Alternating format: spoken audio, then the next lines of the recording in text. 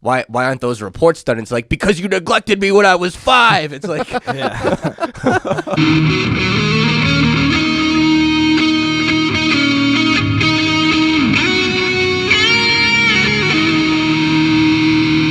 water is so cheap. It is super cheap. Water is like, it's like $10 for 100 cubic feet. Like that's a lot of water. Water's moisture. Water's moisture. Water's wet. No, but is it though? But is it? Because like things that have water on them are wet. It's not like water itself. But then again, like water is attached to water. Good morning, everyone. So, like surface tension. We're rolling. We are so rolling. It's not technically morning for everybody, Eric. It's morning for us. Welcome to another episode of THElife podcast. My name is Eric, and I'm here with Benji. Hi. Tyler. Good sometime, people. And water is wet. I don't think it is. And water is moisture. Yeah, definitely moisture. 10 points for anybody who writes into us and lets us know what movie that's from. Okay, That's 10 points. I don't know what the points are worth. This is like, whose line is it anyway? Oh, it's all made up. Points don't matter. But you'll get 10 points, and we'll definitely shout you out on the next episode if you email us back. No idea. That's perfect. I don't know that reference, so that might be before. So for all of you, thelifepodcast@gmail.com. What movie? The Life Podcast Show. Oh, yeah. The Life Podcast Show At gmail.com. At gmail.com. What movie is that from? Water is moisture. I need to know. I'm going to have to Google this after. I'll just give you the answer. Or just I'll give you 10 points and the answer. Well, wow, that's very generous. Because they don't matter. Yeah, because they 10 points for Eric. I'll start just giving it to myself. Oh, yeah. You get 10 points for making coffee this morning. Oh, there we go. Wow, Eric's already starting up. He's already got 10 points. What do you have, Benji? 10. No points. I have 0 points. I borrowed your pen. We're talking about that social credit. Oh, yeah.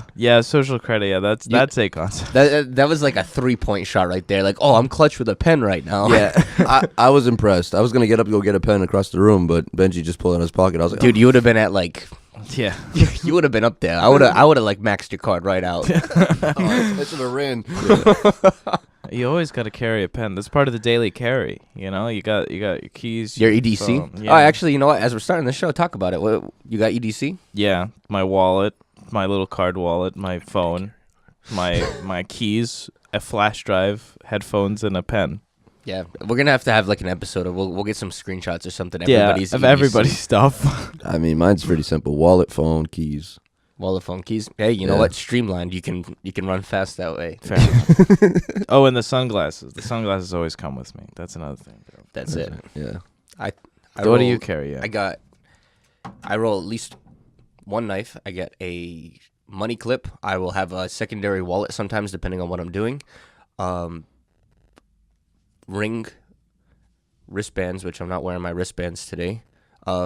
I was in the habit of wearing a watch, but not so much right now because it's not comfortable, not conducive to wearing. And my carry piece. Mm-hmm. The watch is also a thing that I carry as well. Yeah. I didn't know that counted. Yeah, watches. Pretty much at the end of the day, when you get ready to go lay down, whatever you take out of your pockets and take off your hands, that's all right there. Fair enough. There you go. Think about it. Think about like survival situations. People wear paracord bracelets. Oh, It's like, yeah. wow, this is a fashion statement. But also, if I get stuck in the woods, I can go swing from a tree. Yeah. Because that's the first thing that you think of when you get paracord. I'm gonna die out here. Maybe I should jump. I'm gonna be Tarzan for the remaining amount of time that I have. Dude, no regrets. This kind of segues pretty nicely into not taking yourself too seriously. It's perfect. Well, that's what it is. It's be prepared for anything, but don't take yourself too seriously. That's important. You have to have fun in life. We go through this walk and this journey, and the journey isn't the end. I too go for walks. Every once in a while. Yeah. Sometimes. Sorry, go ahead. But no, yeah, this journey that we walk on, this is the part of life that's worth it. You know, you have to enjoy every day. It's not about like the end goal. The end goal is nice. That is nice when you accomplish your goals. But it's how did you get there? Did you step on everybody on the way and take yourself too seriously the entire time and not laugh, or did you have fun? Mm-hmm. You know, and that's the difference. You know, for me, it's like I want to have fun every day. and laugh my way through it. And then, you have your moments where you have to be serious and you have to, get the job done. But as much as I can laugh, the better. Right, and there's a place to put that seriousness. You got to put seriousness in its place. It's like, okay, well, when I can gird up my loins and get something done. But you ever meet those people that just take themselves way too serious, or take whatever they're doing like, dude, this thing really doesn't matter. Yes, it does. Yeah. We gotta be here right on time for. It's like, and the consequences of not. Mm-hmm. Like, really, you're going to get upset over something that's so insignificant. Yeah. I mean, there are definitely some things that you should always take seriously, and that's just time, in my opinion. Time should always be taken seriously. Oh, absolutely. If you say you're going to be somewhere sometime, be there. But if it's like, or a deadline, especially if you have if you're running your own business, you have clients, deadlines, very important. Take those very seriously. But it's a matter of getting there, I think, is really what's important. Enjoy yourself. I think that taking yourself too seriously is usually used in the context of formalities. Mm-hmm. A lot of people really take themselves, and I think that a lot of people understand when we say, okay, you take yourself too seriously, that they understand. They take every little detail to the extreme, that it's like you can calm down for 20 seconds. You don't have to, you can stop the act for a little while. Don't worry, nobody's gonna judge you. Yeah. I think that kind of really rolls back to some of the early stuff that we were talking about in this podcast, and it's that human element, and we try to polish that human element out of it. We don't give ourselves grace for mistakes. It's or everything has to be perfect, it has to be so rigid and so coarse. It's dude, if you took yourself a little less seriously, you would have a lot more fun right now. Mm-hmm. You would be able to relax. I think people get stressed out a lot too because of that. Absolutely, that's really what I was shooting for. Yeah, where it's I talked to my mom and I were having this conversation a while back about this concept of artificial stress, and sometimes, and what artificial stress is that this idea that people put stress on themselves and they assume that other people care way more than they actually do about something. Mm-hmm. So you cause yourself to stress out just for the sake of stressing out. I have somebody who I work with fairly frequently who works the best in stressful environments. Mm-hmm. So what they do is they just don't do anything until it's crunch time. So they artificially create stressful environments, and they blow things way over proportion just so that they can get things done. And it's kind of jarring to work with when you work with people like that, because it's like that one paper isn't really that big of a deal. We can definitely get that done in the amount of time. Don't start screaming over this little thing, And I think that a lot of people are like that. Yeah, I agree. Yeah, you really nailed it. It's that thing of that artificial stress, and really knowing, you were talking about time now, Eric, talking about being able to weigh what the level of stress is and time. Mm-hmm. And that's something that's so big. It's okay, well, I'm going to invest all of this stress, even if it's artificial. This thing matters so much to me, when it's the level of investment or the level of time it's really taking is not worth the artificial stress that you created around it. Yeah, and procrastination will cause a lot of stress too. I mean, I know you were saying that this person, there are a lot of people out there that just perform better in crunch time, and that's one way to live. Yeah. But procrastination does create a lot of stress in the future. I used to have this really bad habit. It was funny because I was with a client yesterday, and he brought it up because I used to say it around him all the time, and I used to say it's a problem for future, Eric. When you're doing something and it just doesn't kind of it's whatever. It'll be good for now. It's a problem for future me, and you kind of just put it to the side and you move forward. And he was telling me a story of this one time he actually got to witness future Eric, where he saw something that I said that's a problem for future Eric, and then he happened to be there once for my reaction of when I saw the problem, and I freaked out, and I was like, oh no. And I'm glad he brought that back up, because I've completely forgot about it, but I stopped doing that because it's that procrastination thing. You do really set yourself up for failure later. If you could take care of it now, take care of it now. I guess is really where I'm going with that. There's also a what I called the 80% rule back in high school. I used to be, I am still friends with our class valedictorian, who was the top of the top. And I used to interact with him, and I thought he was a very interesting individual just socially. So I used to like observe this individual because, you know, if you ever look at like the valedictorians, they're like a specific type of person. So it was interesting for me to interact with him and observe him, and we were pretty good friends. And I said something to him one day, and this might sound a bit conceited, but I was like, I could be you very easily. It's just I don't want to put in the extra 50% effort to get the extra 10% result. And it's like a lot of people live their life maxed out when they're not getting a suitable return on investment. And that's fine if you accept that, but it's not fine if you're like, I'm going to put in 50% more effort and expect 150% of a result, and you're only getting 10%. Are we talking about that sunk cost? Yeah. It's like I'm not going to have a net return on this, but I'm just going to dump everything I have because I need to see it come to fruition. It's like, okay, well, it barely floats above the line. Exactly. And it was like, to me, it was, I'm in all the same classes as you. I do nominally good compared to you. Like, I do competitively with you, you know, and I have a social life. It's like, I'm not going to give away all of that stuff for that extra 10 points. It's like, that's really what it boiled down to. And it's like, I think a lot of people play their life like that, where they're like, I have to get every single point possible, point being whatever. Like your social aspect, your monetary aspect, the amount of work that you get done, whatever. And you're like, you burn yourself out because you're maxed out, and no one really expects anybody to be maxed out. Yeah. Like, we all just passively assume that everybody's giving 75, 80%, you know, unless you really care about something, then you go 90, you know. Do you understand what I'm trying to say? Absolutely. And there is a place to, you know, pick up your pants and get serious about something. And you can see that when somebody is really serious about something and they're upfront about it right away, that makes it so much easier than like playing by those invisible rules of like, you can see that everybody is nominally giving this 80%. It's really not that big of a deal, but somebody like is trying to accrue all those points for some random reason. It's like, no, I need all the points right now. And then they come out of the woodwork all upset because everybody else was like, dude, like we're just chilling. We'll get this done. Don't worry. Yeah. Like, but it has to be done. Like, whoa, whoa. And there's like there's a different reason for everybody to do that. Like I'm sure that there's a deep psychological reason why you have to, like, those people have to be valedictorian or whatever. But you know, you can't take it too seriously. You have to calm down every once in a while. Like, there are people I know who cannot be calm.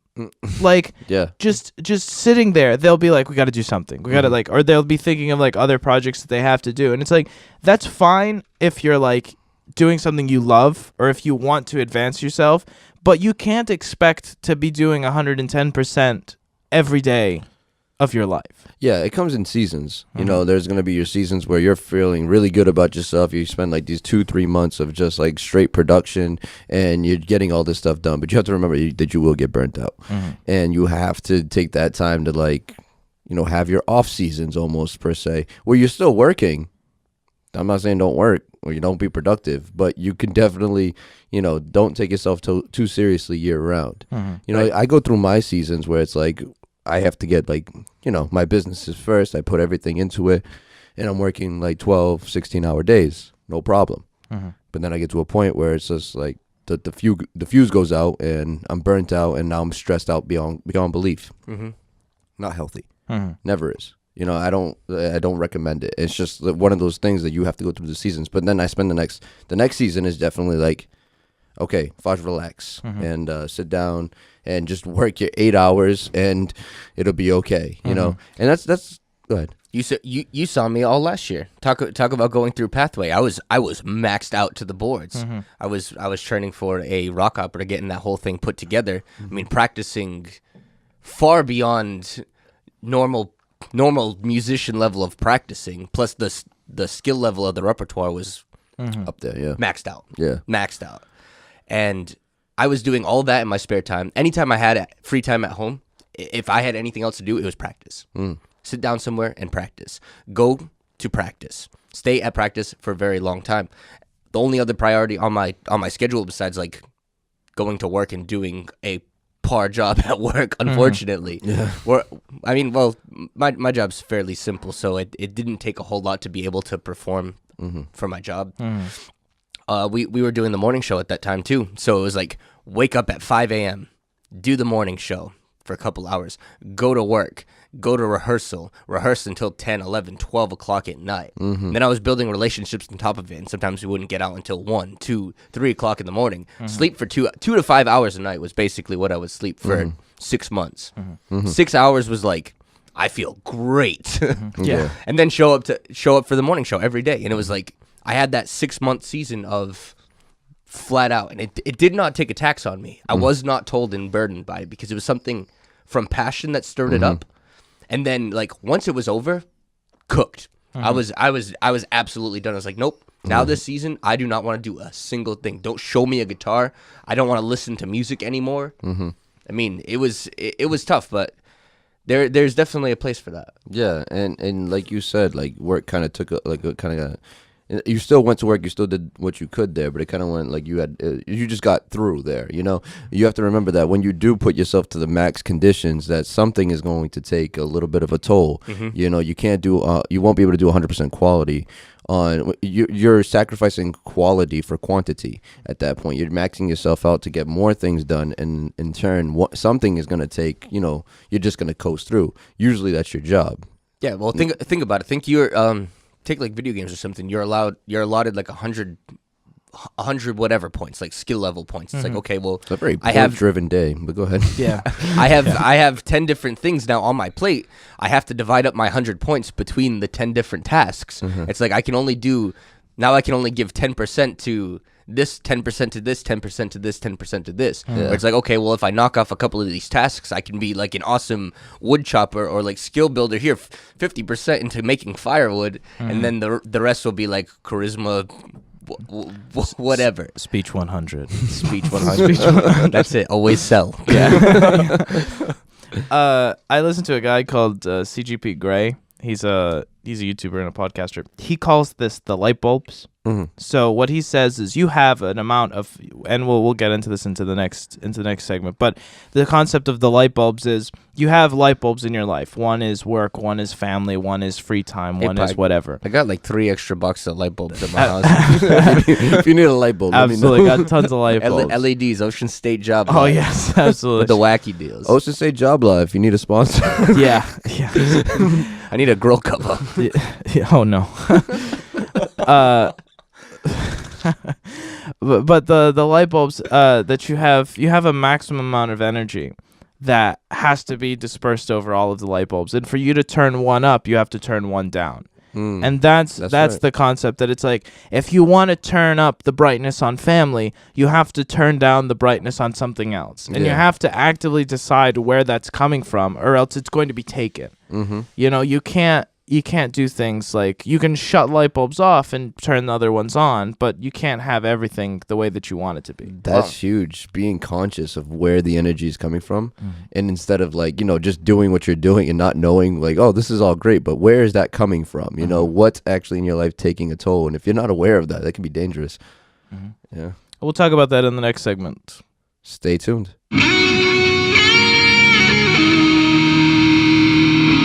So light bulbs. Light bulb. Okay. I feel like that's like one. Why am I that like a go-to guy to make like the stupid voice? I don't know. Or the stupid face. I can't wait for the first person to email us about that one. Oh, I didn't tell you who it was during the break. No, we'll wait for the next one. That's fine. We'll wait. Oh, it's gonna eat me alive. Yeah, it's such a pressing issue. The name of this movie. Yo, if anybody can get that would be great. It would be. Fair enough. We're talking about light bulbs and the concept of not taking yourself too seriously, and this concept that I learned from CGP Grey, who's a great creator in general. He doesn't like the term creator, but nonetheless, the idea that you have a set amount of electricity, which I guess would be your life force or whatever. It's like the amount of time that you have that you can allocate to stuff, okay? And you have sleep, and you have family, and you have work, and you have side projects and everything like that.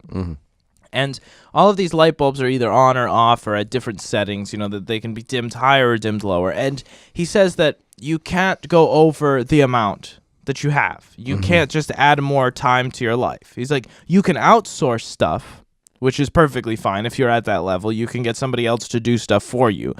But you're never going to get more electricity to play with. So you have to be conscious about where you're taking light from and where you're putting light in. Because if you just turn up one, it will just evenly lower everything else, or it should evenly lower everything else, and that's not necessarily the best thing. Because if you're living, if one thing's at a minimum already, like if you're like, this is the minimum that I can do with this thing, like this, like let's say I want to spend X amount of time with my family, and that's the minimum that I'm willing to go, and then you turn something else up and everything goes down, you're lowering everything, and you're taking a hit in something else, and you don't want to do that. So what that analogy really boils down to is when you add things to your plate, you have to be conscious of where things are going to be removed. Prioritizing, it's huge. You have to, everyone has like their priority list of what's more important. Some people that's family on top, other people it's my career. Everyone has their priority list. So when you put so much energy into slot number 1, slot number 2 is automatically going to get a little bit less attention. And and you have to be very aware. And a lot of us, like subconsciously, at least I'm speaking for myself, is like I wish I could put as much energy into all facets of my life. I wish my social life and my family life and my career and my spiritual life were all like equally up there. But you have to, in real life, we're just not made to do everything at once. That's just not who we are. We can do our best when we focus in on something, but something else in your life will take some sort of hit, whether that, and usually it comes in the form of time, and then the quality of the time that you have there. It's very important, like, to unplug yourself from like your workspace, meaning like when you go to work, you're at work, but when you leave work, unplug. And that's something that a lot of like self-employed people have an issue with. I know that I struggled with it for a long time, where you don't know when to unplug because you're always kind of on the clock. Yep. So there would be, at first, especially when I first transitioned into, don't give me that look. When I first transitioned from employee to employer of myself, Tyler, I would. Are you saying I'm your boss? No, go ahead. But I would, I'd leave work and I'd go be with family, or I'd go be with my friends, and somewhere in my mind I'm still at work. And so I don't give the attention to the conversation I'm in. I don't really add anything valuable to the moment. And that's so important, to live in the moment. And that's a part of like not taking yourself too seriously. You have to live in the moment and with what's around you. If there's a joke that's said in the room, you like be involved in it, those kind of, or if someone just says something that's really cool that you didn't know about, be involved in it. But if your mind is kind of somewhere else, you don't even catch those little innuendos that happen in a day. I think that's the word. But so be aware of that. So be aware of where your time and where your quality is going. If you put too much in one place, it's going to suffer somewhere else. And coming from an entrepreneurial family, you can see that, and that's something to really learn how to balance. And I'm grateful that my family can do it well. But when you work with family, that's the hardest thing between people, differentiating family and work, family and business. You can see that there are some family members that you can work with because they know how to balance the two relationships and know that they're two separate entities and completely different things. And if you need to talk about business outside of business, unfortunately, being a business owner, you have to take business home once in a while. You have to take business home, but that's not the routine. That should not be the norm. Home is home, business is work is work. Yeah. Leave work at work. But there are some family members who will take, I mean, I'm talking from experience, there are family members that will take our family relationship into the business. And you have a fight about why aren't those reports done? It's like, because you neglected me when I was 5. It's like, no, but it's so true. And it like, why did that just bleed into why the inventory history reports aren't done? That's huge. It's a deep-seated psychological issue. You're right, right. But they're ridiculous, and you have to be able to compartmentalize and prioritize everything. Do you have anything to add to that? Yeah, being modular is very important. That concept of like, this is this thing, this is that thing. Shout out to Cardi's. I'm looking for a modular couch. Anyways, continue. They're so expensive. $18.99 for the whole set. Yeah. Black card. That's That's the swipe Life it, right? Podcast Show Yeah. at gmail.com. If you want to sponsor us so that we can buy couches. It would We'll, be we'll, nice. we'll shout you out on the Sunday review. Don't worry. Yeah. Just ask it for a little discount. But it's so true. Being modular, being like not complacent, but understanding that, you know, you can fight for only so long, and a lot of people are like so like, I don't even know how to say it. It's just like, it's so ingrained that it's like, I have to do this thing no matter where I am. And that concept of like and not to go back to CGP Grey, but he does this to the extreme where he has different computers for different jobs. Like, it's like, this computer, when I'm sitting at this computer, I want to make a psychological connection that this computer is work. And when I go on my like free time computer, it's free time. You know, and that's a bit extreme. Like, you don't have to buy like 8 different computers, but the concept of like, this room, this studio, this is when I'm working. When I'm here, I'm not watching YouTube videos and I'm playing games. This is where I work. Yeah. And then I move to a different location, and that's when I get to have fun. And we should do that with our lives, where it's like, okay, when I'm spending time with my family, I'm spending time with my family. We don't talk about work. We don't talk about the projects that we're doing. We don't talk about whatever. We talk about the family. And then when you're at work, you don't talk about my family. Don't talk about my projects. We're working. You know, there's like separate buckets. Yeah. You know, And I have like a small like experience that I can add to this on, like, especially with like the bleeding over of like, you know, personal life into your work life. So as a mixing engineer, you know, I'm a lot of my friends are musicians. So a lot of my clients like are good friends. You know, it's something that I've built relationships with them. Some of them I were friends before they were even clients. So it's like this big bucket of things. And so at first, when I first began to, you know, take my job seriously and, you know, become a freelance audio engineer, it was difficult to, like, you know, friends, you know, and clients kind of mixed at one point, and it was just like I didn't know where the lines were, and like all of a sudden we'd be hanging out, but we'd be talking about like something that's not really related, or we'd be working and we take it a little, you know, have too much fun, we don't get enough work done. So there was like this clear, because you reminded me when you said that thing with, like, you know, my family, you know, you bring your family into your job kind of thing. I had to draw clear lines in my life and just make it so visible that everyone could see it, you know, so that when we're in the office, when we're in the working space, when we're in the studio, we're working and we can have a lot of fun there. But it's like, we have to understand that when we're out of the studio, now we can be, you know, now we can talk about everything else. But it's just having those clear lines of like, this is when we talk about this and this is when we do that. And it keeps it'll help your relationships too. Because you don't want anyone to look at you and be like, oh, I don't really want to be with that person, because the only thing he ever talks about is work. You know, you don't want to be that guy. Or even take it even further than that. Like I don't want to be with that person because they're always negative, or they always have that complaint, or they always have this. It's like, this is draining. This is taxing. Like, can't you put that aside for a minute so that we can enjoy the time in which we have here? Exactly. And that comes back to the quality of the time that you have. You know, so being very aware with where you are, especially if you're self-employed, because and you work from home, it could be very difficult to separate work from home when you work at home, you know, and that's a psychological thing where it's like you need your set hours of like, this is my working time, and during this time, everyone should respect your time. But and then outside of these hours, you put the books down, you put the work away, and now you're going to be a human being and go be friends with everyone in the world and have, you know, and just live that, give the attention to that side of your life, which is just as important. You know, like, your work life is important, but your social life is up there. It is up there, because if you don't take care of your social life, everything else will be damaged in some way, or at least take a hit. Absolutely. Benjamin and I, do you have something? I was going to say, it's just the concept of like the phrase, it's just business, is so engraved in culture, because, you know, when you're doing your business stuff, it's a different environment than your family and friends, and if you start blending them, you start losing money. Because it's like, you have to just be real with people, where it's like, and I think that this is, or at least this has been something for me, where like small business, like starting small business and going to your family and friends and being like, okay, I'm starting this venture, and wanting to cut them breaks, but you have to realize, you know, this is my business. Like this is I need to make money too, and that's like a tough situation to be in too when you're like starting and you're trying to get things going. Yeah, okay, I'm just the one who doesn't charge full price. Apparently, Eric's like, no, full price is fine. Full price for everybody.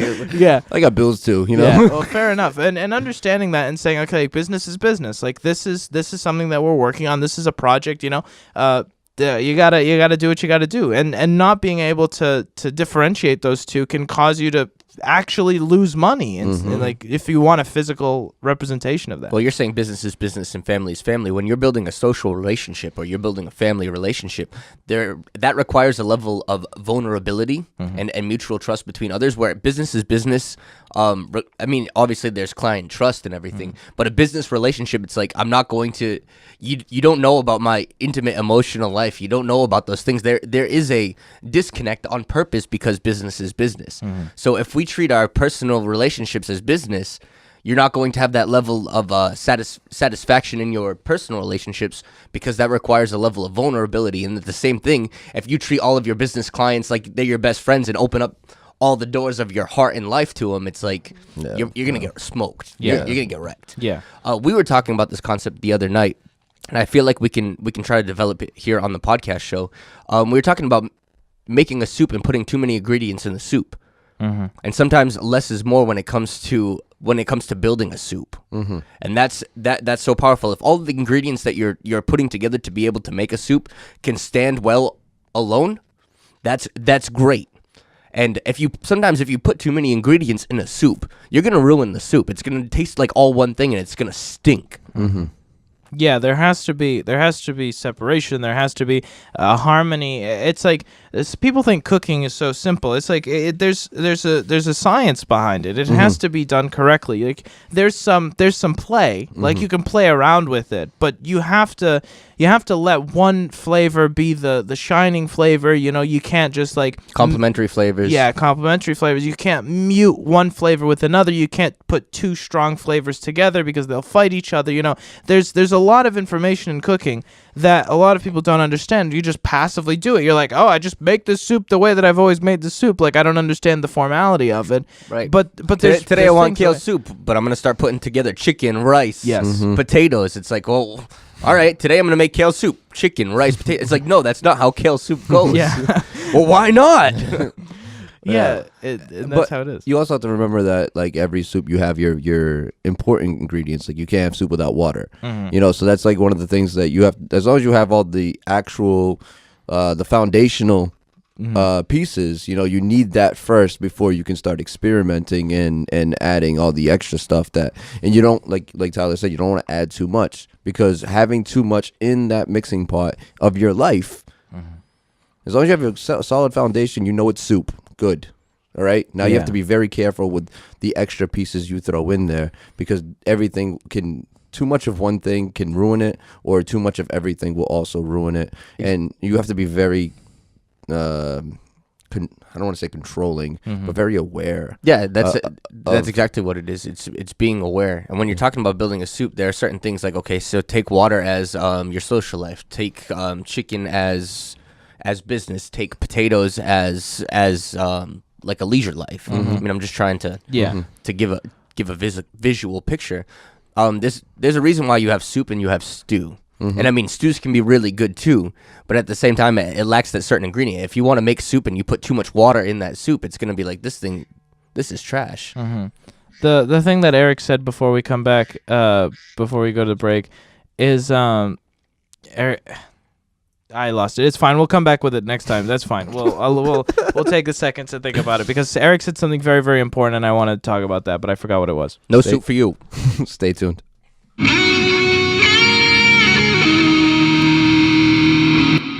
So after 20 minutes of conversation, we figured out what we were talking about. So Eric said something very important, which was start simple.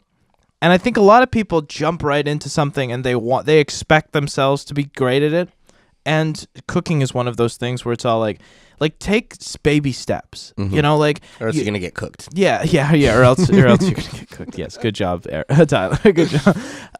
Where it's a concept like learn how to boil water first. Learn the concepts. Learn how to turn on the stove. Like Ice cereal. yes. It's like things like that where it's like, let's take step by step. Let's do it step by step. Let's observe what's happening. You have to understand the core mechanics before you go and you become a Michelin-starred chef. Like you cannot expect to be amazing at this thing right from the beginning. You can have an innate talent, but you have to cultivate that innate talent. You can't just go and be amazing at something. Talking about cultivating that talent, and we'll get back to the meat and potatoes, but we also, during the break, Benjamin and I decided that we are going to start a cooking show. Oh, yes. Absolutely. So comment below or write into us, TheLifePodcast at show@gmail.com. Let us know what you think it's going to be. It's going to be a The branded thing, so it has to start with The. Just fill in the blank after that. Absolutely. but that's the idea of wanting to start slow and just going and doing stuff, and we talked about this a couple shows back where it's like just do something, and that's like, do not get lost in the analogy of the cooking, please. Like don't think like, oh well, like Benji's talking about cooking, I don't cook. Like that's not what we're talking about. It's like the concept of like do something and start small. It's like everybody wants to be this massive oak tree. Like you plant something in the ground and you're like, why is the corn not growing yet? And it's like it takes time. It's a process. The corn is in there. You just gotta let it go, and you have to give it the right conditions. And you set yourself up for failure when you start out the gate and you just think that you're gonna make this amazing thing, and then you put all this random stuff in there and you try it, tastes bad. Yeah, right. And then you just get so crushed. I mean, you can make something amazing just by flying by the seat of your pants, even if you have no idea what you're doing. But chances are, the less that you actually know and the less experience that you have managing those ingredients in which you have, the less of a chance. I mean, actually, it's a higher chance that it's just going to be just a pile of trash. Yeah, everyone's expectation out the gate is just so high because you just want to be instant gratification. You want to get to that point where everyone else is immediately, but you have to understand that that took time for them to get there, so it's going to take you time too. That's the reason why a lot of people don't jump too, or say I'm not going to accomplish anything because these people are so accomplished, and my result that I just tried to do wasn't even anywhere near it, so I will never get close to that. Yeah, because we go back all the way back down to episode number 1, which was the Instagram culture thing, where it's all like we assume that because we only see one snapshot of somebody's life, we see this perfect dish that Gordon Ramsay made, we completely forget that Gordon Ramsay has been a chef for 40 years. It's like you don't wake up one morning and become Gordon Ramsay. That's not how it works. He went to a Coke lab in the Amazon. Oh yeah, that's right. That happened. Yeah, that happened. But it's like, there's a level of respect that you have to have for experience, where it's like this guy spent 40 years of his life mastering his trade, and now he's reaping the benefits of that. And it's like if you want to involve 40 years of your life into a project, that's fine, but understand that it's going to take 40 years.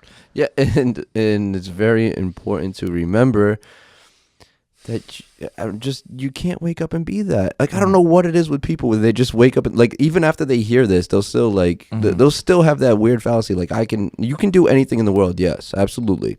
But you have to just lower your expectations at the gate. Or have no, you know what? The trick of being disappointed is don't have expectations.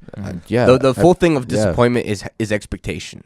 If you don't have, usually like you have the best time if you don't have any expectation of what you're walking into. A lot of times, if you have an expectation like, "Oh, this is gonna be awesome," I mean, this can go both ways. So, I don't want people to take this and be like, "Wow, this kid has no idea what he's talking about." Sometimes you can have this expectation, be like, "Oh, this party's gonna be great," and it's like three dudes sitting around a fire, and it's like, this is terrible. And other times, sometimes that expectation that you have, if you walk into that, can really change your atmosphere to say, okay, well, I expect this party is going to be great, and I'm going to be the catalyst to make to change that. And that can get contagious too. That's huge. You can only expect what you can control.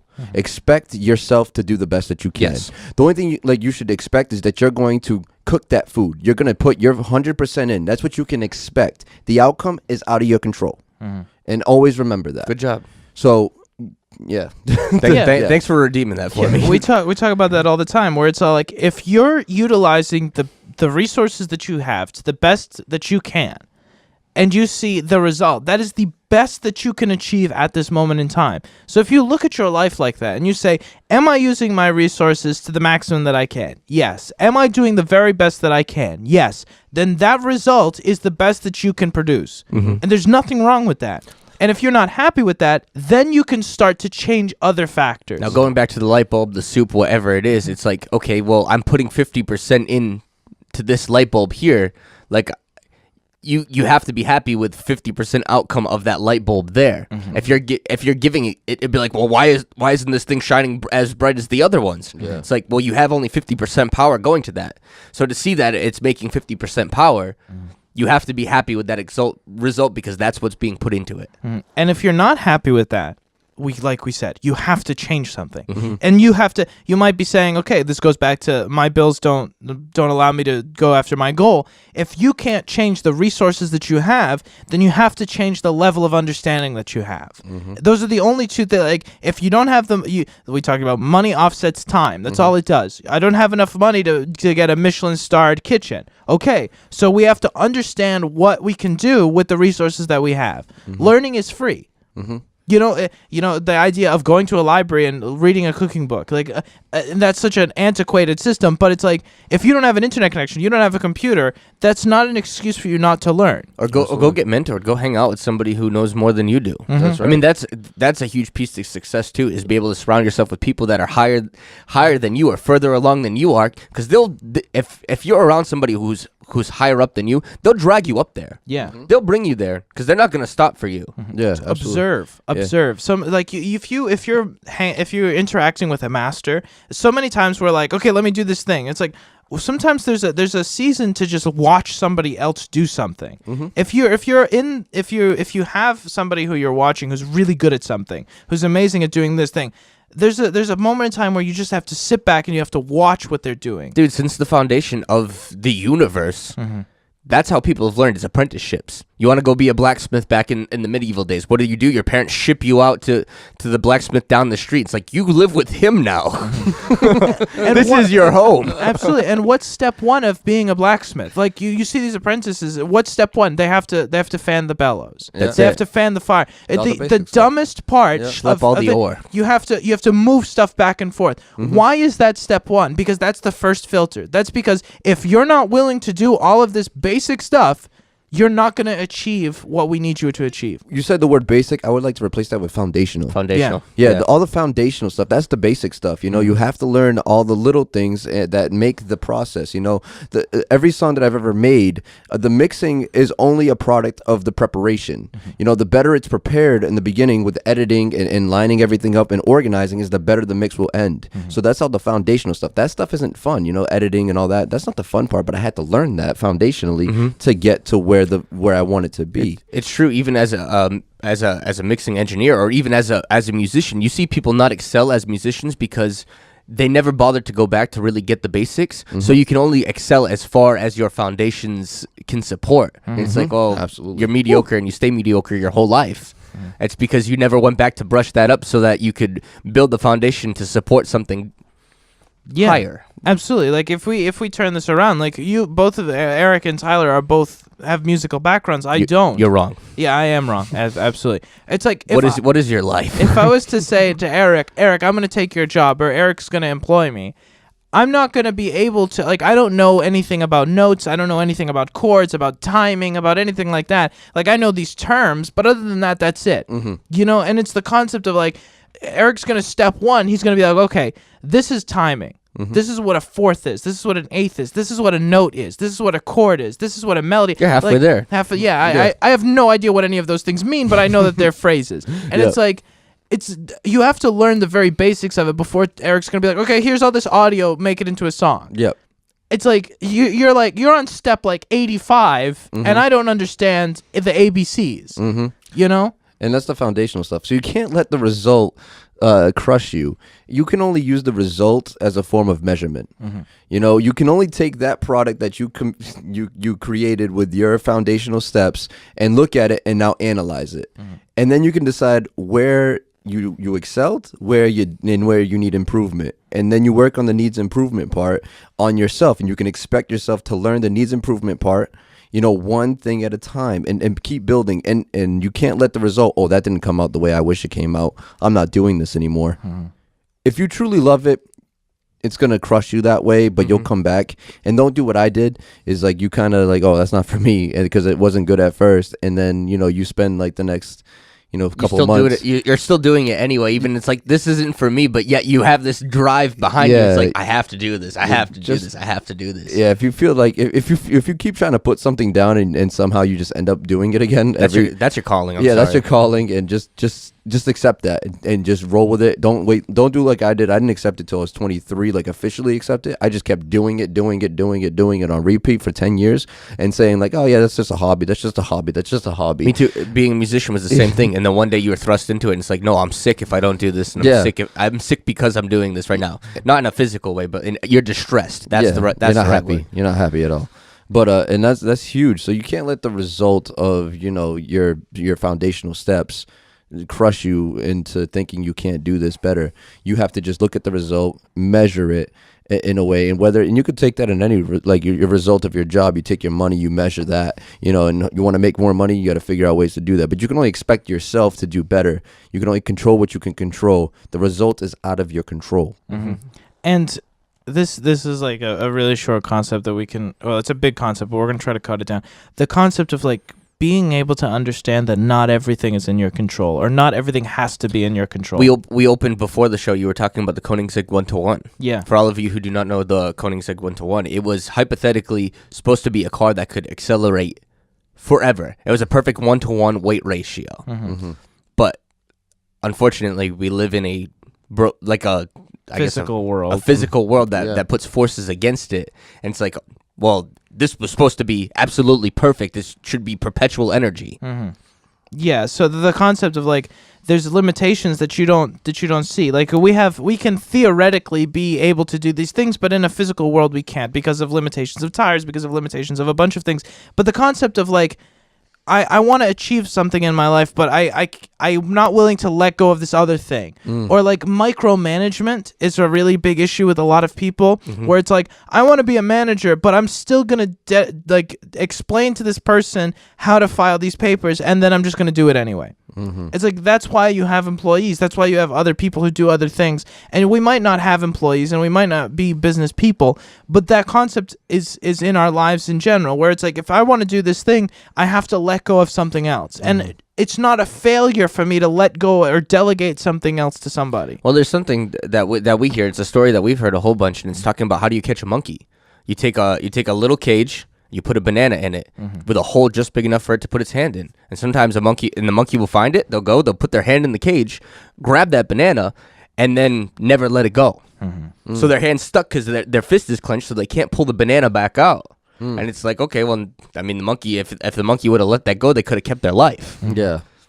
Yeah, sometimes we trade something so simple for something so much more important, where we're like, I want to achieve this goal right here, this massive goal, and I'm on trajectory to do that thing, but I'm not willing to let go of this little cinder block that's holding me down. Perfect.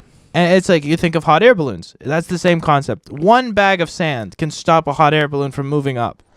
You have to let go of something to achieve something higher. Sacrifice. That's really good, and that was kind of a piece of something that I put into the show notes last night, talking about having success by successors. And you really don't have success unless you can delegate something and let go, so that you can continue to go higher. Absolutely, that's the whole point of management. Is like, you don't want to be the boss forever. You want to teach the person that you're with to do your job, so that you can move up. We've been talking about it for the studio the whole time, right from the very beginning of the entire studio. I mean, as key and foundational as we all are, the goal is, if I wasn't here right now, would this still be able to go on without me? Exactly. If Eric wasn't here, would that still be able to go on without him? Because nobody is irreplaceable. And the second you think that you are, is that you don't have success. You're going down. You've become complacent, and if it rides on you, then it dies on you too. Yeah. Irreplaceable. Somebody said this to me. Irreplaceable also means non-promotable.